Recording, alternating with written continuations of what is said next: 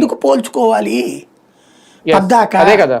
హైదరాబాద్ లాంటి చోట్లన, బెంగళూరు లాంటి చోట్ల, చెన్నై లాంటి చోట్ల ఇవాళకి ఉపాధి అవకాశాల కోసం రోజుకి 500,000 మంది హైదరాబాద్కు, బెంగళూరుకో, చెన్నైకో పోతున్నారు.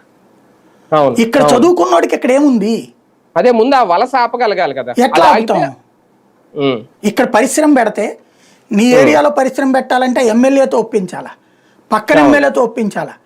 ఇక్కడ వస్తువు ఉత్పత్తి చేస్తే ఏ రూట్లో ట్రాన్స్పోర్ట్ అవుతుందో ఆ ఏరియాలో ఉన్న ఎమ్మెల్యేలందరికీ మామూలు ఇచ్చుకోవాలా? దారిలో ఆపుతారా? ఆ ఫ్యాక్టరీ పెట్టుకోవాలంటే, అక్కడ ఇండస్ట్రీ కట్టాలంటే బిల్డింగ్ అవి కట్టాలి కదా. ఇసుకకి ఎమ్మెల్యేని అడిగి డబ్బులు ఇసుక తెప్పించుకోవాలా? అట్లాగే అక్కడ వీళ్ళకి దాంట్లో ఏంటది ఏజెన్సీలు వీళ్ళు చెప్పిన వాళ్ళకి ఇచ్చుకోవాలా? ఎట్ట నడుస్తాయి? ఇంకా పెట్టుబడి తీసుకుని ఆడొస్తే పెత్తనం అంతా మాకు ఇవ్వమంటే ఎవడొచ్చి పెడతాడు? వ్యవస్థని నాశనం చేశాం. రాజకీయ ప్రభుత్వం ప్రమాదకరం. రాజ్యాంగ ప్రభుత్వం ఉండాల్సిన చోట రాజకీయ ప్రభుత్వం చేస్తున్నాం. ఇదివరకు ఇండస్ట్రీస్ని ఏంటంటే బెదరేసేవాళ్ళు. ఎట్లాగా? మీది పొల్యూషన్, మీ వల్ల పొల్యూషన్, లైక్ ఆక్వా దగ్గర గొడవ, లేకపోతే స్టీల్ ప్లాంట్ దగ్గర గొడవ, ఇట్లాంటివి ఏం చేసేవాళ్ళు? మీ వల్ల పొల్యూషన్ అనే పేరుతో ఉద్యమాలు చేసి తర్వాత వీళ్ళకి తెర వెనక నుండి సూట్ కేసులు ఇస్తే ఉద్యమం పక్కెళ్ళిపోయేది, పరిశ్రమ నడిచేది. అది దానివల్ల వెనక్కిపోయిన వాళ్ళు ఉన్నారు. కనీసం 50% అన్నా 20% అన్నా వచ్చినాయి.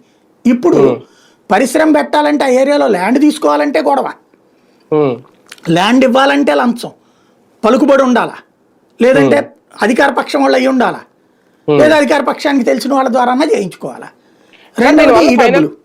అవును అవును. దీనివల్ల ఫైనల్ గా జిఎస్టిపి గ్రోత్ పెంచి చూపించుకోవడం, లేదంటే ఒక అంచనా వేయడం వల్ల కేంద్రం దగ్గర మంచి మార్కులు కొట్టేయడం ఒకటి, లేదంటే పరిశ్రమలు ఎక్కువ రావడానికి కూడా దీనివల్ల ఏమన్నా ఉంటుందా? కేంద్రం ఏమన్నా పిచ్చోళ్ళే ఏంటి? వీళ్ళు ఇది ఒక మౌత్ పబ్లిసిటీ. దేశంలోనే జిఎస్టిపి గ్రోత్ లో సెకండ్ ఉంది అన్నప్పుడు కాస్త అట్రాక్ట్ అవుతారు అన్నటువంటి.